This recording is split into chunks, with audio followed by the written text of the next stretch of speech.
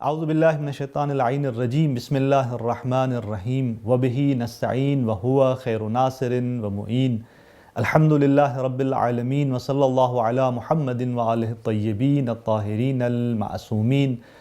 ہماری گفتگو کا موضوع عدل الہی اور خیر اور شر کے مسئلے کا تجزیہ ہے۔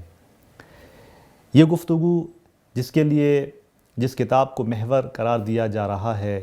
وہ حجت الاسلام والمسلمین شیخ محمد حسن وکیلی کی تدوین شدہ کتاب ہے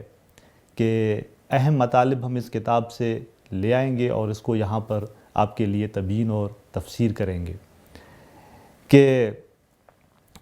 اس کتاب کے ان مطالب کو علامہ طباطبائی رحمۃ اللہ علیہ اور جو ان کے برجستہ شاگرد ہیں جیسے آغا جوادی عاملی حفظہ اللہ اور دیگران، ان کی آراء اور نظریات کے محور پر تدوین کی گئی ہے۔ تو یہ کتاب ہماری اس گفتگو اور جو آگے اس تسلسل میں گفتگو جاری رہے گی ان تمام دروس کا محور رہے گی، گرچہ اس کے اندر ممکن ہے توضیحات کے لیے کچھ باہر سے مطالب بیان کیے جائیں اور کچھ مثالوں میں باہر کی مثالیں بھی اس کے اندر بیان کی جائیں۔ تو اپنی گفتگو کا آغاز ہم اس بات سے شروع کرتے ہیں کہ ذات پروردگار کی صفات میں سے ایک اہم جو صفت ہے اور معمولاً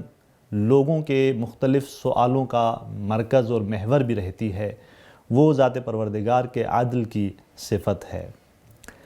لوگوں کو جب ہم دیکھتے ہیں تو اکثر اس طرح نظر آتا ہے کہ لوگ جب اپنی زندگی کے اندر مختلف مسائل دیکھتے ہیں، مختلف مشکلات کا انہیں سامنا ہوتا ہے، تو ان مشکلات اور مسائل کے تناظر میں وہ لاشعوری طور پر ذات پروردگار کو عادل نہیں جانتے اور خدا کے عادل نہ ہونے کا عقیدہ پیدا کرتے ہیں۔ نہ فقط یہاں تک بلکہ وہ اسے آگے بڑھتے ہوئے ذات پروردگار کو در واقع مکروز بنا رہے ہوتے ہیں، اور وہ یہ کہتے ہوئے نظر آتے ہیں نعوذ باللہ کہ ذات پروردگار ظالم ہے، جس نے ہمیں پیدا کیا، ہم پر بہت ساری مصیبتیں اتاریں، ہمیں خوشیوں سے محروم کر دیا اور ہمیں وہ مسلسل حکم دیتا رہتا ہے یہ کرو وہ نہ کرو، یوں جہنم کی نسبت ہمیں ڈراتا رہتا ہے۔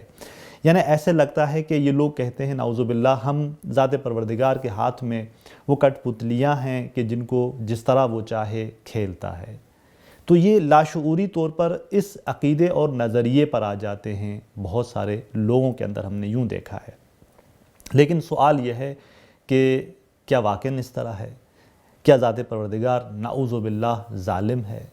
اس سلسلے میں سب سے پہلے جو بات اہمیت کی حامل ہے وہ یہ کہ ہم خود عدل اور ظلم کی جو معنی ہے اور جو اس کا مفہوم ہے اس کو پہچانیں کہ ظلم کا کیا معنی ہے، اور پھر ہم دیکھیں کہ آیا ذات پروردگار کے لیے یہ کہا جا سکتا ہے کہ وہ ظالم ہے نعوذ باللہ۔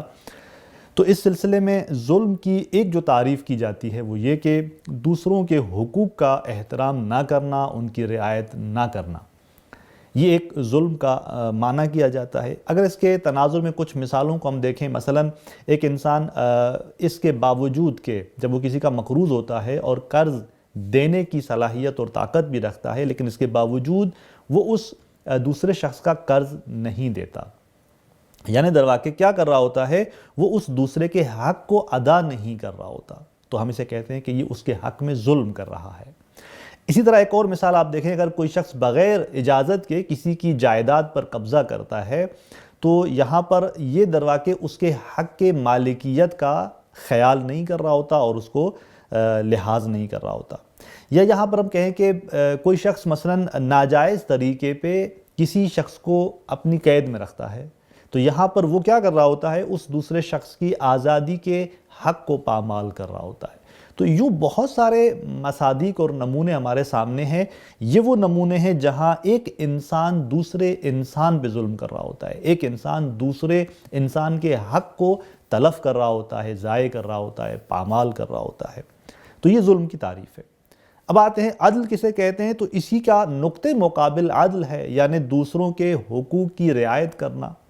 دوسروں کے حق کو پامال نہ کرنا، اس کو عدل کہا جاتا ہے۔ اب وہ شخص کے جو دوسروں کے حقوق کی رعایت کر رہا ہوتا ہے اسے ہم عادل کہتے ہیں۔ گرچہ عدل کے حوالے سے ایک معنی آگے بھی بیان ہوگی، لیکن فعلاً جو معنی مد نظر ہے ہماری ظلم اور عدل کے حوالے سے وہ یہ ہے۔ اب جب ہم اس عدل کی اس معنی کو دیکھتے ہیں تو یہاں پر عدل اور ظلم کی اس تعریف کے بعد جو نتیجہ ہمارے سامنے آتا ہے وہ کچھ اس طرح ہے کہ اس تعریف سے یہ بات ہمارے لیے روشن ہو گئی کہ ظلم کہاں معنی رکھتا ہے، یہ بات ہمارے لیے روشن ہو رہی ہے۔ کیسے؟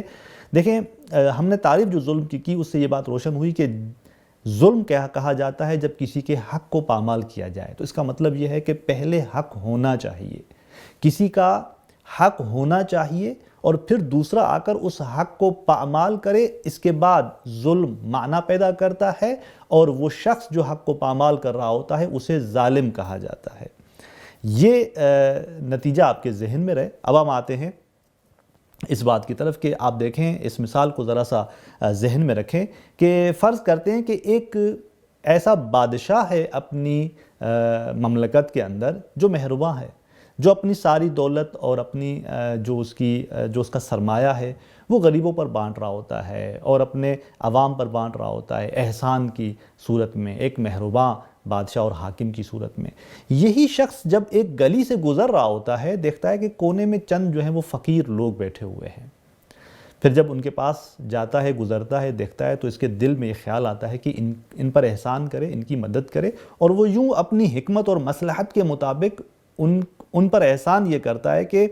3-4 لوگ جب بیٹھے ہوتے ہیں وہاں پر، وہ فقراء اور وہ غریب، کسی ایک کو مثلا 10 لاکھ روپے دیتا ہے، کسی ایک کو 50 لاکھ دیتا ہے، کسی ایک کو مثلا جو ہے وہ 1 لاکھ روپیہ دیتا ہے۔ تو یوں اختلاف اور تفاوت سے، کچھ مقدار کی تفاوت سے ان کو یہ امداد کرتا ہے۔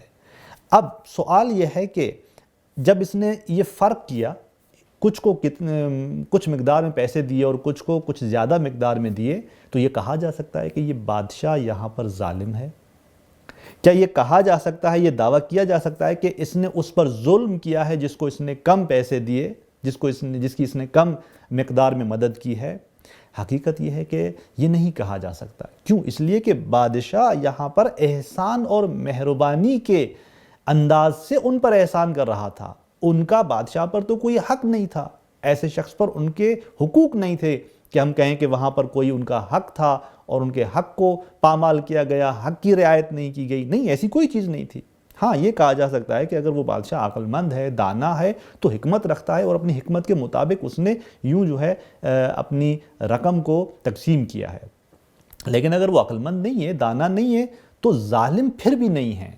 ہاں، ایک ناداں شخص ہے لیکن ظالم نہیں ہے۔ تو لہٰذا ظلم اور عدل کی یہ جو تعریف ہم نے کی اور اس کا جو ایک نتیجہ ہمارے سامنے آیا، وہ یہ ہے کہ ظلم وہاں معنی رکھتا ہے جہاں پر کسی کا حق پہلے ہو اور اس حق کو پامال کیا جائے۔ یہاں پر ظلم بھی معنی رکھتا ہے اور جو حق کو پامال کر رہا ہوتا ہے اسے ظالم کہا جاتا ہے۔ اگلے دروس کے اندر ہم اس بات کو آگے بڑھائیں گے اور 1-2 اور مثالوں کے تناظر میں ہم اس مطلب کو اور مزید واضح کر دیں گے کہ ظلم کہاں معنی رکھتا ہے، تاکہ یہ بات ہمارے لیے روشن ہو کہ آیا ہم ذات پروردگار کو ظالم کہہ سکتے ہیں نعوذ باللہ، یا ہم ذات پروردگار کے لیے اس طرح کا تصور نہیں کر سکتے۔ والسلام علیکم ورحمۃ اللہ وبرکاتہ۔